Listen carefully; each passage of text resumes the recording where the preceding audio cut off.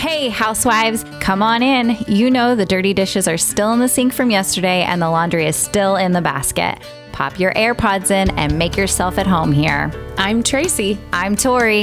And we are your Unlikely Housewives. Stepping out in faith and believing that God calls the unlikely, we are here to show you the appreciation and validation you deserve, lead you to authentic relationships, and release you of believing the cultural lies to restore your faith and wellness. Pull up those high-waisted yoga pants, tighten your top knot, and reheat your coffee for the third time. Turn up the volume, and let's go.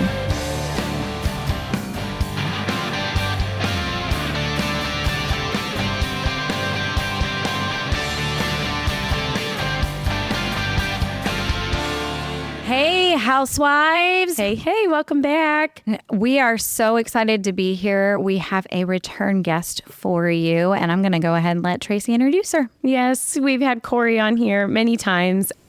We're so excited to have been in this podcast community now together for almost a year and to have her back. She is a parent, consultant, speaker, and podcaster. She's dedicated to sharing her experiences and insights to empower fellow parents and educators. She looks at childhood behavior, unraveling its underlying motivations, and equipping all of us with invaluable tools to navigate through challenges to get over these power struggles we have with kids. And she really loves to get behind the why of the behavior. That's really what she seeks to do. And we're excited to have you back, Kori. Thank you so much for having me. I'm grateful. Absolutely. Well, we had a particular topic that really hits home with a lot of people nowadays, but it really wasn't a thing like up until, I don't know, a decade almost, right. Probably. Because nobody, like the stereotype is when you go through a divorce, it's mom and dad don't talk. Like it's all, everybody feels like it's always going to be contentious and that it's, like you can't have them in the same room and things like that. Like that's an actual stereotype. Or friends are friends with this parent, but not the other parent. Oh, right. Yeah. Picking the sides like, okay, so now who do we hang out with? So that's something that we're having you talk about, navigating co-parenting through divorce, because that is a thing. And you can, I won't say friends, but you can be nice. I would say civil. Civil, good word. Much better word. Civil's a good word. Civil with your ex. And that is going to be so much better for your kiddo. Absolutely. And I think one of the key things for me, since I'm recently divorced, and the divorce is not a fun process. And you think going into it, I had this image like we're going to be great friends. And, we both care about our kids. Our kids always came first. But the navigation part's rough. And it isn't all fun. And no, we weren't friends during that process. It's better now. We've just legally been divorced. It took about a year. From start to finish. We lived together even 6 months, I think, of that process. That was challenging as well. That was probably stressful on everybody because the bottom line is whether you're talking to kids about it or not, they feel it. They can feel the tension. Kids are smart. Kids have great intuition and they pick up on everything. And I was, not only have I experienced divorce, I was a child that experienced divorce. My parents, I think I experienced 7 divorces between my 2 parents. So, yeah. Wow. Sorry. That says that. Wow. Okay. Yeah. So, I mean, a lot of them were, I shouldn't say a lot of them, that sounds bad, but a couple of them were when I was older. So they didn't have as much of an impact maybe as when I was you were younger. living under the house. Yeah. So, So a couple of things. I think one thing that I emphasize over and over, because I talk to a lot of friends that are navigating this as well. I have several friends in the same position, but every situation's different. I mean, you can't comparison doesn't do anybody any good. Mm-hmm. Don't do it. I think I've become a master at not taking things personal. When you're going through divorce, people are hurt. I think if you can see their behavior, if they're not being super kind to you, and have empathy and see that, because often in divorce, it's one person. I mean, I would say on occasion, both people want it. But typically it's one person wants it because they just are not happy. And happy is probably a bad way to say it, but they are not willing to live in that environment anymore, and they can't do anything to change it, right? Because we ultimately can't control other people. So I think the key is not taking things personal. So when someone's attempting, just like with our kids, trying to push our buttons, it's funny because I talk about parenting stuff, but all the things I talk about are human behavior. And I got to really master that throughout my divorce. And I remember saying things like, I'm not going to participate in this because this isn't helpful. This isn't serving us. It's a circular conversation.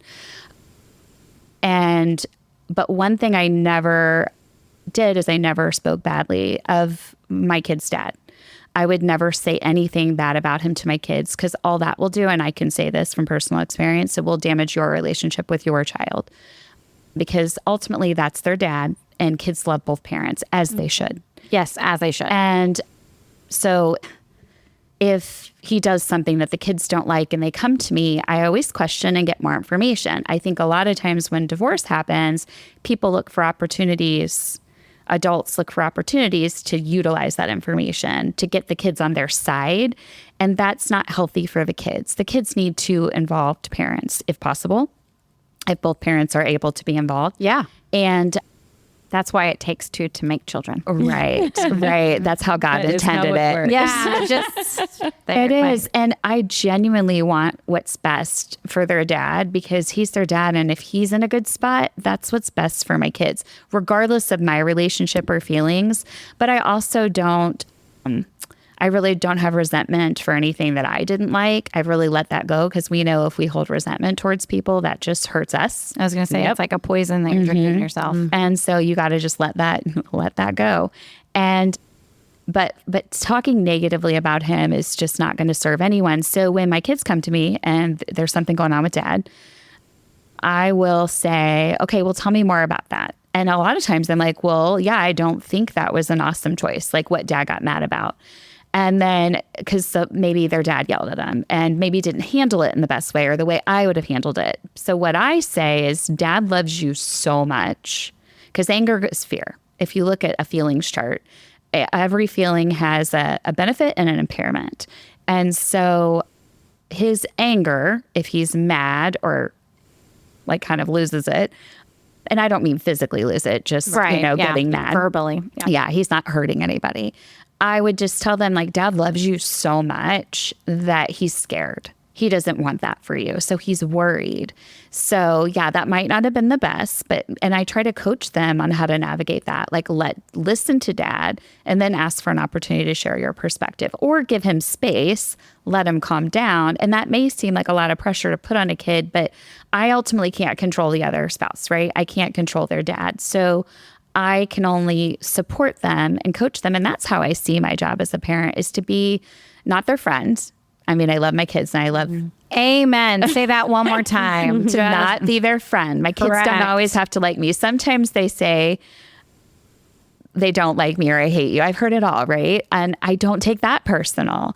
They're a kid. Yeah, they don't like when I take their phone or unplug their video game, or don't let them drive their car, my son's car, or my daughter. I'm like, you need to do that. Like, they just don't like boundaries and consequences. Yeah. You know, but really, I say they don't like it. They do. Yeah. Because boundaries and consequences make kids feel safe. So they actually do like them. They just don't know it. So yes. So I just try to coach, encourage them in a positive way and help them see that's just because it comes from love. It's not awesome. But, and he always, even when he does, something or yells at him, he usually comes back around with that remorse and the conversation. So he's really good about that, because I'll get a text and it'll say, my son will be really upset, and then he'll calm down and he'll text me and be like, everything's okay. But usually I get a call in the middle. But yeah, it's just, and now we're at a place, the divorce is final, and we establish boundaries are important. And boundaries aren't me saying, well, if you do this, I'm going to do this. That's not a boundary. A boundary is an ultimatum. Yeah, that's an ultimatum. It sounds very different. Boundaries are very loving, and compassionate people actually have the most boundaries. And that's a Brene Brown thing that she talks about. But it's true. I do. I have a lot of compassion for people in general. And just again, just like with kids, I look at all people. Instead of reacting to their behavior, I try to understand what's motivating that. Like if somebody's rude to me in the store, I positive intent, maybe they're having a bad day. Because we never know. We just never know. We all have struggles. We all have good days. We all have bad days. And I do know their dad loves them. And then, as all parents love their kids. Now, some parents lack skills. So boundaries are important because it tells the person, well, you can do that. You can do that. But if you choose to do that, then I'm not, I would be like, if you choose to continue talking about this, or if you choose to talk about me personally, I'm not going to entertain this conversation. But if we can focus on the kids, I'll continue to talk to you. Because that was a boundary. I said, me personally is off limits. Talking about our kids and parenting, totally fine, Yeah. So that's a boundary. Can I ask a question on that too? Because obviously I'm familiar with your story and we've talked about this a little bit. What happens, or what's a resource if some people don't know, haven't gone through a divorce yet, want to, or in the middle of it and don't know, that you can use to where you do not have to text, but that it goes through the system? It's funny because it's just a safe boundary. So what I did, actually, full disclosure, things were not good and we were at a kind of a yucky spot and their boundaries weren't being respected. So there is an app through the court system that can be used. They can set it up so the courts can read all of your texts. They don't actually read them unless there's a need, but they can access all the texts. And so you don't have to talk to the other parent. You can just communicate through text. So that is kind of how I requested that. And then he came back and said, hey, I don't want to do this. I said, that's fine. We don't have to do that if we can keep the conversations about our kids. So, and that worked. And ever since it's been fine. So I created I was like, I can't do this anymore. This is not healthy or good for me. So yes. So there is an app that you just go to your attorney and they submit some paperwork and then their attorney sends it to their, the other spouse's attorney. I encourage parents, if you can, go through mediation, save you a lot of money. It's just they let emotions should be indicators, not dictators. I love that. Oh, that's good. That is good. Because I was just going to, and as you're talking, and I'm very familiar with many friends going through divorces. And I'm like, golly, your situation is the rare one. The co-parenting and being successful and being, civil is very rare.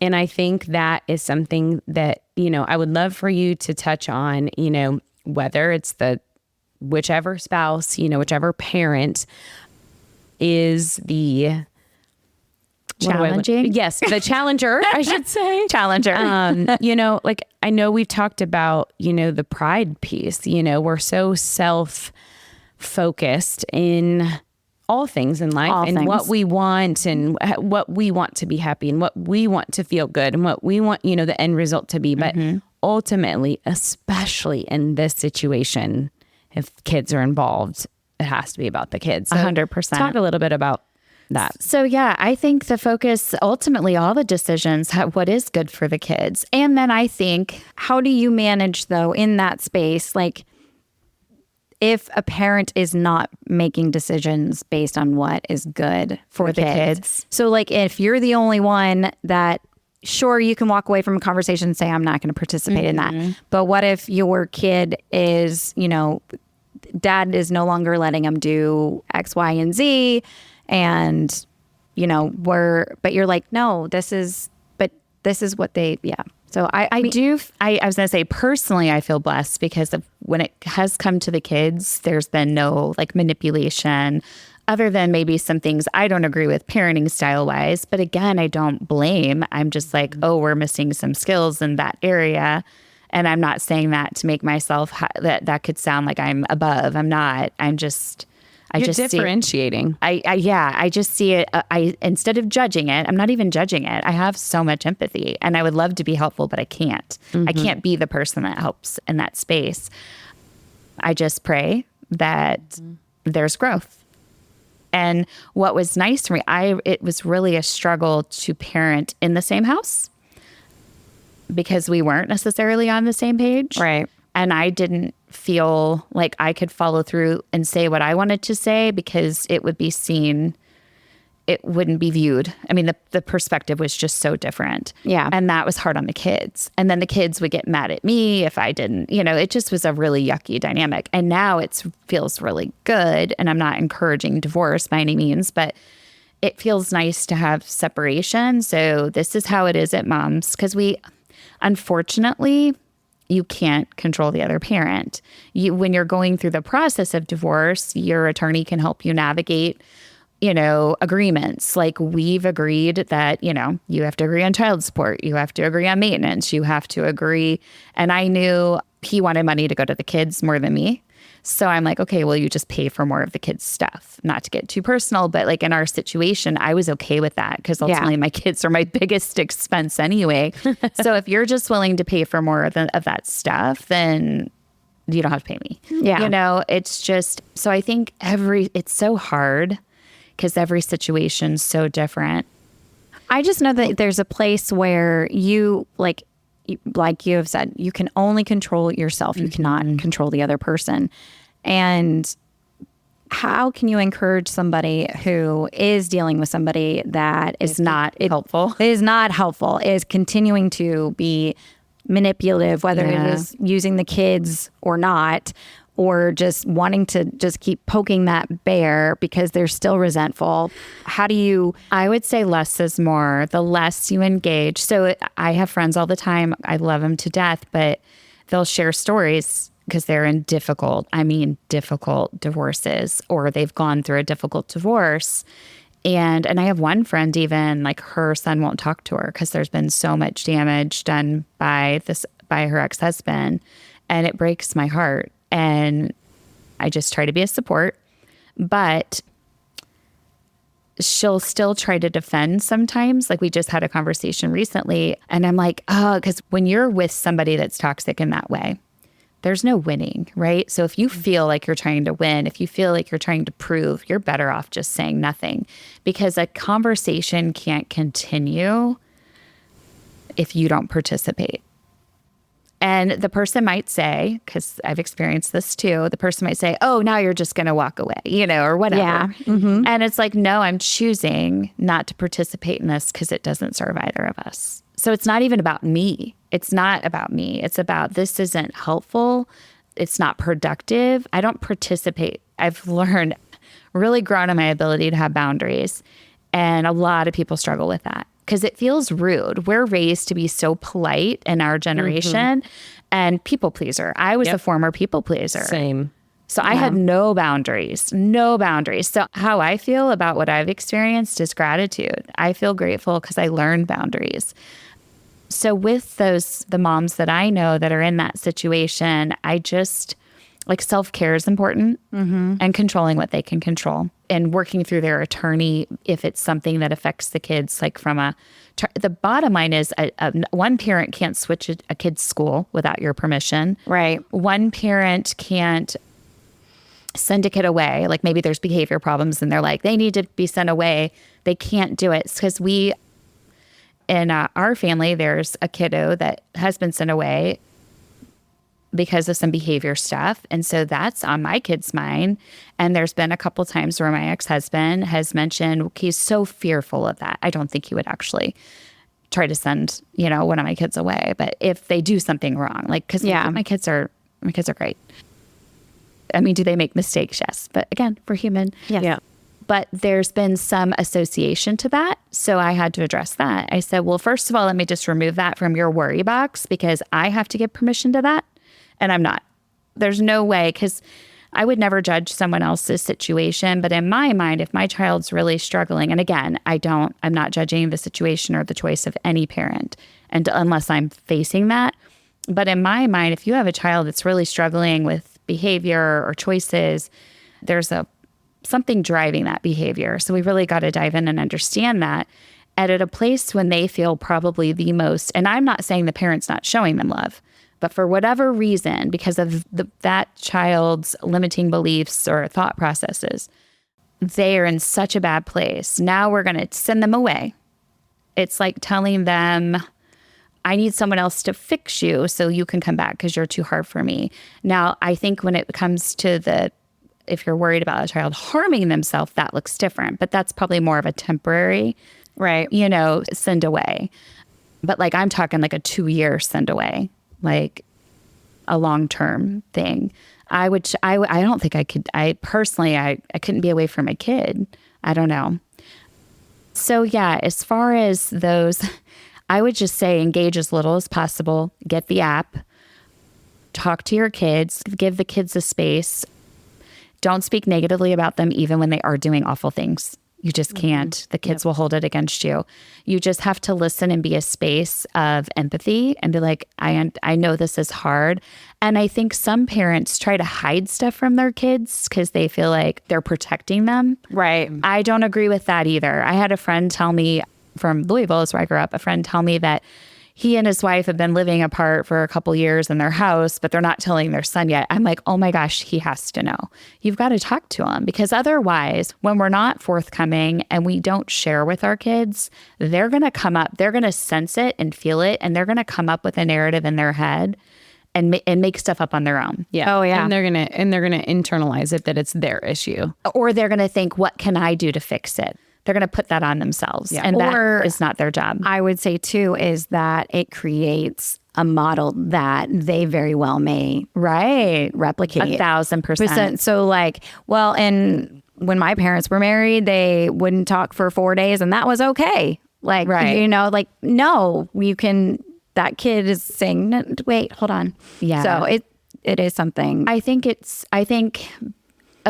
age appropriately talking about it, like mommy and if it's their little, like mommy and daddy are just having a hard time, but we both love you. I think this is a key. I think we're having a hard time. We both will always love you. We will always be here for you, and you will always have access if that's the case. Now, there's some cases where maybe the child, I have friends in this scenario too, the kids don't have access to dad. Or the kids don't have access to mom. I have friends with both those, like right now, situations. But mommy loves you and mommy's trying to get better or daddy's trying to get better. Again, being positive and letting them know they're safe, they're okay. They could see you if they would see you if they could. Mm-hmm. It's just communicating that we both love you. You'll always have access to us. Like with our kids, my kids love their cousins. And I don't have cousins. I'm an only child, so I don't have cousins on my side of the family. And so they love going to, I would never, like if it's my weekend, I would say being somewhat flexible is important. Yeah. And we are good about that. Their dad and I, we're really in a good place now. It just takes time. There's a lot of feelings that come out and emotions that come out. But if he's going to the lake or going to visit his sister and wants to take the kids, I'm like, absolutely, I'm not going to prevent that because it's my weekend. Mm-hmm. And in the same, he would do the same for me. So fortunately, that's been really positive with us. And I tell my kids, like, and my kids are older. Yeah. When they're younger, it might look a little different. And I imagine it's even a little harder. It would be harder for me. I know in going through this process, it would have been harder for me when my kids were younger. So I have a lot of empathy for parents going through it with younger kids, because as a mom with younger kids, it would have been harder to be away from them. Yeah, for sure. Yeah.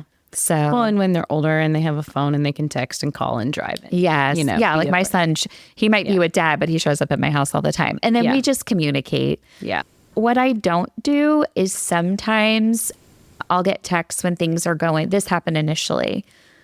Because we do parent slightly differently. I would say value-wise, we're pretty in line. But we have different modes of parenting. Sometimes things would be going on and he would call and say, well, this, just so you know, this is going on. And I'm like, okay. I would try not to get involved. Like I am kind of hands off. When they're with you, it's your job. And when they're with me, it's my job. And that's how we've approached it. So yeah, I don't know. I think that makes sense. I mean, because it's like, it's your house, your space, your rules. I'm coming in with that you have positive intention. Yeah. This, like, I'm giving you the benefit of the doubt that you are parenting well in it. And if that changes, then I can reassess. But I'm going to have to let go, trust, and give you that space because I'm going to expect it. Like, I don't need you to micromanage me and the kid's schedule. And Right. And we communicate. Like, I'll say, hey, usually if something happens or something, I'll let them know.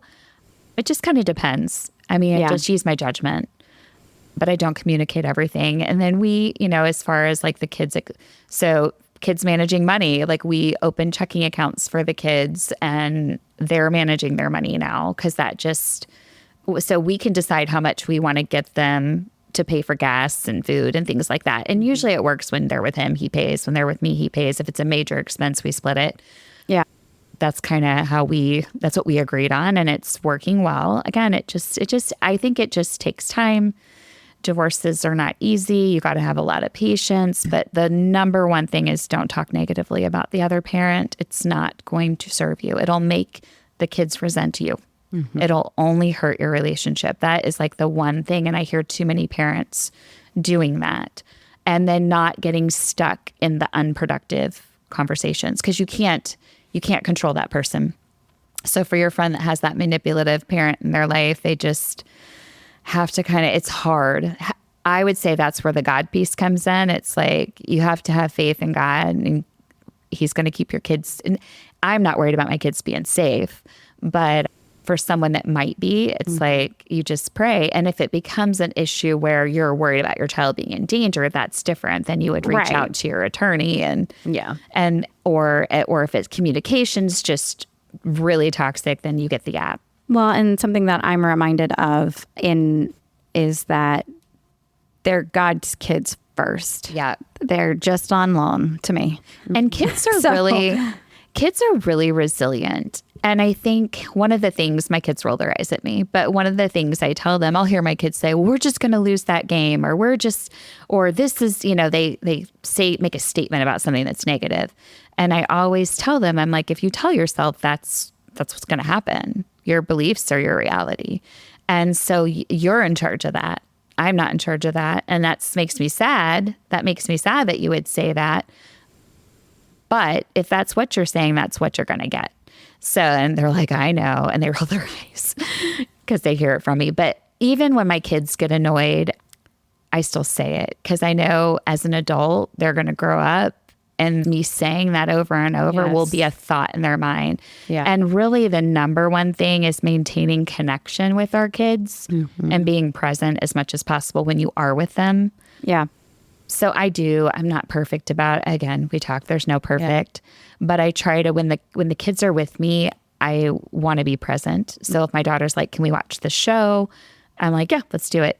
Even when I'm feeling like I need to do all these other things, I'm really trying to take advantage of the time that they're not with me to get my things done. And when they are, and now they're in school, so that's helpful. Summers are a little crazy, but yeah, I think again, modeling, they're going to have two different houses. They're going to learn a lot of skills navigating those two households. They're very resilient. They're very smart. And if there is a toxic person, it's great that there's a healthy person, right?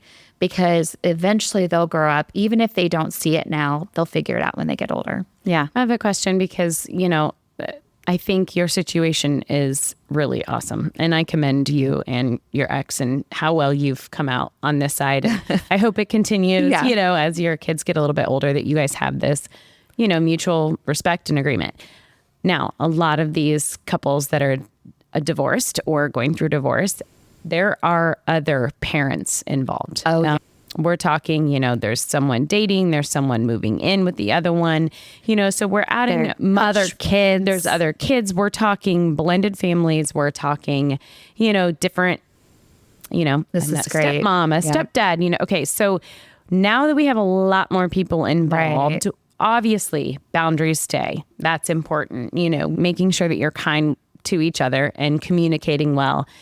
How do you navigate that extra person layer? Okay. So I'll start with, it's a tricky one. So I think, again, feelings get involved, because it's going to be awkward someday when I run into my ex-husband and he's with somebody else out, but I also want him to be happy. I genuinely want him to be happy. And we're not together, and I don't want that either. So I'm like, okay, it's just weird. It's just weird to see somebody you've been with for 19 years with somebody else. But I think with younger children especially, and even older children to some degree, being in the early stages of divorce or in the beginning, I wouldn't be bringing a lot of people around your kids. I don't think that's healthy for the kids, because what happens is until you know this is potentially, obviously we never know for sure, but until you really think this is someone you're going to be with for a long period of time, I would not bring them in that way around my kids, especially when they're younger, because it's just too much to comprehend. They're going to be sad. They're not going to understand it. And the conversation looks different. I think as the kids get older, that might look a little different and be more challenging, because you have a kid that drives, they're going to come over, they're in and out of your house all the time, right? So you don't want to hide either. We don't want to. It was funny. I was listening to, I think it was a book, and it talked about gaslighting your kids. I was like, oh, I've never heard of that, or thought of it in that way. Yeah. But that's like your kids saying, oh, who's that? And then you playing it off like it's nobody. They know. The kids can pick up on it. Like if you're going on a date with somebody and they know. So don't gaslight your kids if they're older, because they know. Just be honest and be like, yep, we're friends. We're getting to know each other. Just be real matter of fact, just like you. How do you feel about that? Ask them their feelings. Yeah. I think communication. I think just communication, because again, you can't control it. But with little ones, I would give it time. And I say little, I mean like elementary school and younger. Because it's not fair to the kids. Because I experienced as a kid, my mom was married to her second husband. I'm sure she'll love that I'm sharing this, but oh well. So my mom was married to her second husband for a long time. I think I was 6 when they got married and 17 when they got divorced. So I lived with him a good part of my childhood. So I still talk to him. He's remarried, lives in Florida. He's not my dad, but he was a huge part of my childhood. And I actually knew him even when I was younger. And so my kids have met him.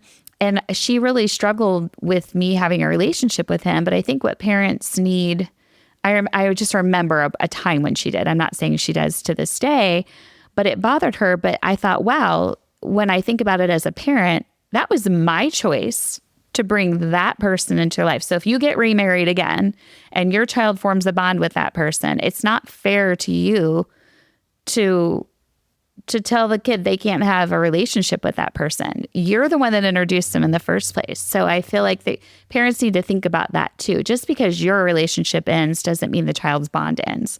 Now, what that looks like probably depends upon the age of the kid. I was 17 when they divorced. But as I got older, I started thinking about that. I'm like, wow, yeah, I didn't choose that. It should be okay for me to still want to talk to him. But yeah, so I think parents being just very mindful and talking to kids, if you're starting to see someone and they're older, just asking those questions, how do you feel about that? Would that be awkward? Or even before, I have had that question, how would you feel? My son was in the car and he was so funny. He goes, well, Dad's got a girlfriend. And I just looked at him, I was like, okay. And he goes, you're not mad? And I was like, no. And I said, well, how do you feel about that? He's like, I'm just kidding. He doesn't. But if he was testing me, bang. And I was like, but it was great. Because I was like, he was like, you really? And I'm like, well, no. I'm like, we're not together anymore. And I want Dad to be happy. So, and I'm not saying it doesn't feel weird. Yeah. Right. Yes. I would be lying if I said that doesn't feel weird. Can we classify though, being with when you say, I want your dad to be happy, being with someone doesn't mean you have to be that. You don't need someone to be happy. No, I'm glad you said that, because that's not what I mean. I want what's best for him. Right. And I totally agree with that. And but I think there are some situations where people going through the divorce and through the process are they're jumping into something else. Into an ocean almost, because they're you've got to. So yes, I love this, because I say this. We don't make other people happy and they don't make us happy. Happiness, what is happiness, right? Happiness is based on happenstance. Joys come from Jesus. Right. There you go. So it's a state of some days we wake up feeling great. Some days we don't. That's up to us. That's up to our own thoughts and beliefs and what we choose. We have a choice. I would say I'm happy. I'm not seeking anyone else for validation. I'm not seeking anyone to make me happy. And I say that to my kids all the time. I'm like, people don't make us happy. And so it's funny because if I do talk to someone, I'm like crazy authentic. And I want to model that for kids. Not that my kids are seeing me talk to someone, but there's no point in not being authentic if you are trying to date or meet other people, because too many people conform or show up as that they put on like, it's like a performance, right? Mm-hmm. They're putting on their best face in a performance for this new person because people crave connection. It's more about connection. So people crave connection and they want that. And so yes, the important thing is to show up authentic because you can't sustain anything that isn't, which can be interesting because a lot of people don't know how to be authentic or they're too scared to say what they really think. I was talking to a girlfriend the other day and she was talking to somebody and she's like, well, I don't know. Do I call him? Do I not? I go, ask him. Just ask. Whatever you're thinking, ask. Why? Like, why would you wait? Who cares? You can't, this is my opinion, you can't say the wrong thing to the right person. Right. Mm-hmm. Yeah. And definitely, I think you need to give yourself time. And everybody's in a different spot when they get divorced. Some people are traumatized because maybe they didn't choose it and they're having to go through all of the healing after divorce. Yeah. Some people maybe went through the process of healing at the end of their marriage, and that's what led them to divorce. Mm-hmm. So everybody doesn't come out of it the same as far as their emotional health. So that's going to affect what that looks like moving forward. But the main things, yes, is communicating with your kids. People don't make us happy. I think that's a lesson for all of us, is telling our kids that, because I think that's a lesson that they need to learn with friendships. Yeah. And like, people don't make us happy, and you can't. And I mean, I'm an only child myself, and I'm trying to teach my children how to be bored. Right. It's hard. Entertain yourself. Like, yeah. And they're absolutely mind blown. They're like, so what did you do? Didn't Joey or Patty play with you? I'm like, no, they said, figure it out. This might help some of the parents out there that are really struggling with that other spouse that's challenging or presenting obstacles that they have to overcome. I think one mindset that was really helpful to me is thinking of this too, and this works with kids. When they're in a disagreement or, with a friend, or they're in a challenging situation, is if you let that person's behavior affect you and affect how you're behaving, how you're feeling, that's like you giving them all your power. Do you want to give your power to that person that you're mad at right now? Do you want to give that power to that spouse that's being difficult? Do you want to give your power away? Nobody wants to give their power away. So if we think about it in that way, I think that helps us to not do that. That's very good. That is very good. So I think we should end on that one, because I don't think we can beat that. But there are a couple of the sound bites that I definitely just want of, like, people don't make us happy. That one, don't give your power away. Don't give your power away. And then you said something in the beginning, which I'm trying to remember. And yes, not taking it personal. Not taking it personal, and those kinds of things. And having positive intent. So even if the other spouse is doing, because in most cases, there's rare cases that it's really nasty. But in most cases, I would say two parents are missing skills. One's being affected and taking everything. I did that. I would be like, when our marriage wasn't good and I thought he was angry, I'm like, what did I do? Why are you mad? I was thinking I was the reason. That changed as I grew and read a lot of books and did a lot of personal growth. Like, oh, you're choosing to be happy. I'm going to go over here. I became boundaried. I'm like, okay, you're doing that thing. While you're doing that thing, I'm going to go over here. And then you kind of over time get disconnected, because if that's the common theme, right? But yes, and boundaries. Yeah. Well, thank you for sharing not just your knowledge, but your personal experience. Yeah. I'm sure they'll all love that. Yeah. Well, I mean, it's hard. We get to a space sometimes where we share, our personal stuff too. And it's hard to put it out there, but someone is going to say thank you and appreciate your vulnerability and your openness, because they can relate. and they don't feel alone, which is absolutely our goal, is helping people realize that, hey, there's more than one people that are walking through what you're walking through. Absolutely. Awesome. Well, thank you guys for having me again. Thank you. Yes, thank you. Until next time, housewives. Bye-bye. Bye.